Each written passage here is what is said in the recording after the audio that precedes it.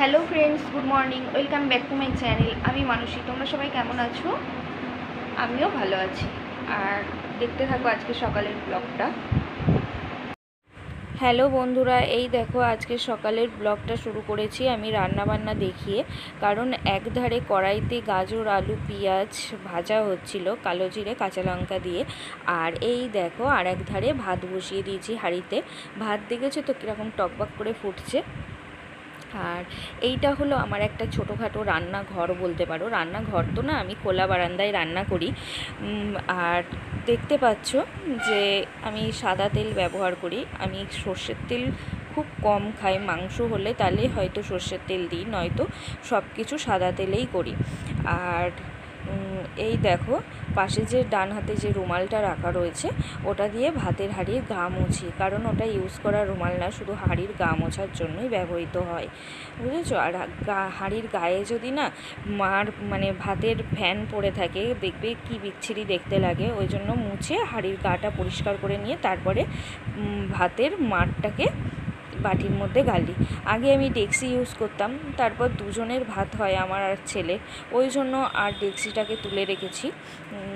একটা বাটি ছিল ছেলের জল গরম করার, বুঝেছো, বাটিটা নষ্ট হয়ে গেছে, ওই জন্য ওই বাটিটার মধ্যে ফ্যানটা গেলে নিই। আমার জানো তো নিচে রান্নাঘর রয়েছে, রান্নাঘরটা জানো তো দুটো ফ্যামিলি ইউজ করছে।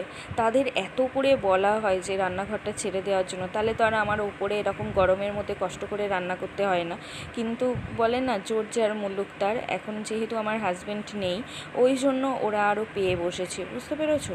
আর এই দেখো, কিন্তু এটা তো আর বেশি দিন চলতে পারে না। এটার জন্য আমি আর মুখ বুজে চুপ করেও থাকবো না। আর এই দেখো বন্ধুরা, আমি ঘরদোর গুছিয়ে টিপটপ করে রেখেছি। আর তারপরে দেখো ছেলে পড়তে বসেছিল, কিছু বই খাতা খাটের ওপর ছড়িয়ে রেখেছে। ও ওরকমই, যখন পড়ে উঠবে বইগুলো গুছিয়ে রেখে দিলেই হয়, যেখানের জিনিস সেখানেই ফেলে রেখে দেবে। আর দেখতে পেলে একটা ডিশ ছিল আর কিছু টিফিন বক্স ছিল, ওইগুলো শোকেসে তুলবো, জানো তো একদম সময় হচ্ছে না। আর শোকেসটা যেহেতু পরিষ্কার করব, ওই জন্য অতটাও গা করছি না। আর এই দেখো বন্ধুরা, তার মাঝখানে আমি বলছিলাম অনেক কাজ করেছিলাম, প্রথমেই বললাম, কারণ আমি এক বালতি জামা কাপড় ভিজিয়ে দিয়েছিলাম, সেগুলো কেচে দিয়েছিলাম। দেখতেই পাচ্ছ, ছেলের স্কুল ড্রেস ছিল, আমার দুটো তিনটে নাইটি ছিল, কাপড় সায়া ছিল, অনেক কিছুই ছিল। যাই হোক, কেচে দিয়েছিলাম। আর তারপরে দুপুরবেলার রান্নার জোগাড় করতে বসে গেছি। কারণ তার মাঝখানেও আমি আবার দোকানে গিয়েছিলাম, কারণ মাংস আনতে, মাংসর দোকানে। আর একটুখানি চিকেন এনেছিলাম। আর এই যে চিকেন রান্নার জন্য পেঁয়াজ, আদা, রসুন, আলু এগুলো তো কাটতেই হবে, তাই একে একে বটিতে কেটে নিচ্ছিলাম।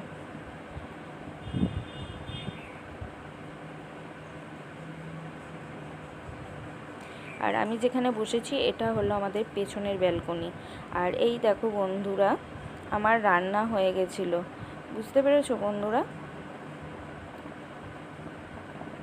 রান্না হয়ে গেছিলো। ওভেনটা পরিষ্কার করব বলে ওই দেখো বাথরুমে গেছিলাম, কারণ হচ্ছে নেতাটাকে ধুতে। এই দেখো, আমার না রান্না করার পর একদম ভালো লাগে না গ্যাস ওভেন যদি এঁটো কাটা হয়ে থাকে। আর যেহেতু এটা ঘরের সামনে আমি রান্না করি, ওই জন্য ঘরের সামনে এঁটো কাটা কাঠ দেখতে ভালো লাগে বলো, ওই জন্য সব সময় আমি পরিষ্কার পরিচ্ছন্ন করে রাখি। সেটাও না, আর আমি জানো তো এমনিতেই রান্না হয়ে গেলে ওভেন পরিষ্কার করে নিতে ভীষণ মানে ভালোবাসি, পছন্দ করি। কারণ কি বলতো, এই এঁটো কাটা থাকলে আমার নিজেরই গা ঘিন ঘিন করে, মনে হয় কতক্ষণে সেটা পরিষ্কার করব। তোমরা যদি দেখে থাকো আমার বাপের বাড়ির ব্লগেও দেখবে যে আমি রান্না হয়ে যাওয়ার পর ওভেন পরিষ্কার করে নিতাম। মা হয়তো রান্না করে বেরিয়ে গেছে, আমি হয়তো ওভেনটা সঙ্গে সঙ্গে মুছে নিতাম। ওই ওভেনে এঁটো কাটা থাকবে, তারপরে কেউ চা করতে যাবে, হয়তো গিয়ে দেখলো তেল ঝাল পড়ে রয়েছে কিংবা ঝোল পড়ে রয়েছে, বিচ্ছিরি লাগে দেখতে, আমার একটুও পছন্দ হয় না। ওই জন্য রান্না হয়ে গেলেই আমি সঙ্গে সঙ্গে ওভেন পরিষ্কার করে নিই।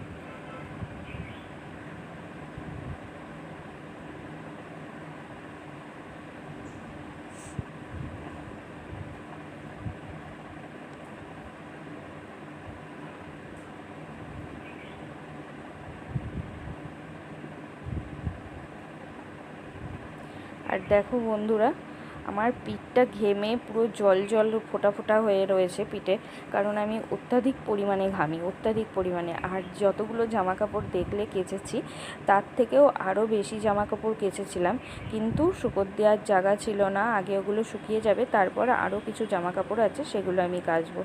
দেখো আমি এখন জামা কাপড়গুলো তুলে নিচ্ছি, কারণ আর এক বালতি জামা কাপড় আছে সেগুলো শুকাতে দেবো বলে।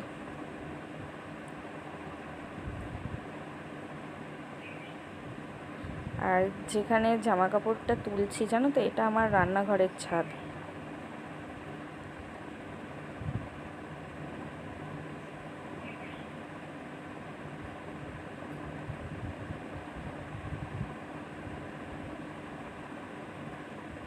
আর এই দেখো বন্ধুরা, আমি ঘর দোর গুছিয়ে টিপটপ করে রেখেছি। আর এই যে জামা কাপড় কেচেছি সেগুলো সব একটা চেয়ারের ওপর রেখে দিয়েছি।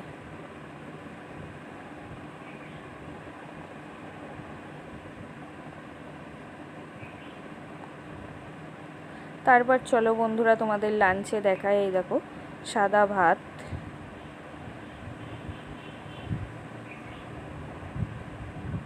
এই দেখো সকালে গাজর আলু ভাজা করেছিলাম, সকালবেলা টিফিনে জলখাবারে ভাত খেয়েছিলাম, তাই খানিকটা খেয়েছি আর খানিকটা রয়ে গেছে। আর এই দেখো চিকেন রান্না করেছিলাম, লাল লাল ঝাল ঝাল। আর এই দেখো আমের চাটনি। আমের চাটনিটাতে জানো তো বন্ধুরা, সর্ষে দুটো বেশিই পড়ে গেছিলো, কারণ মানে আমের চাটনি আমাদের বাপের বাড়িতে সর্ষে দিয়ে চাটনি হয়। আর আমি যখন শ্বশুর বাড়িতে আসি দেখেছি শাশুড়িকে পাঁচফোড়ন দিয়ে চাটনি করতে। আমার আবার পাঁচফোড়নের চাটনি খুব একটা ভালো লাগে না, মনে হয় যেন আচার আচার, বুঝেছো, ওই জন্য সর্ষে ফোড়নও দিয়েছি। আর তারপর বন্ধুরা চলে এসেছি, রাতে রুটি হবে তাই রুটি করতে। আর উপরে ভীষণ পরিমাণে গরম, আর যখন আমি রুটি করছিলাম ঘাম না পা দিয়ে গড়িয়ে পড়ে যাচ্ছিলো, এত মানে ঘামছিলাম।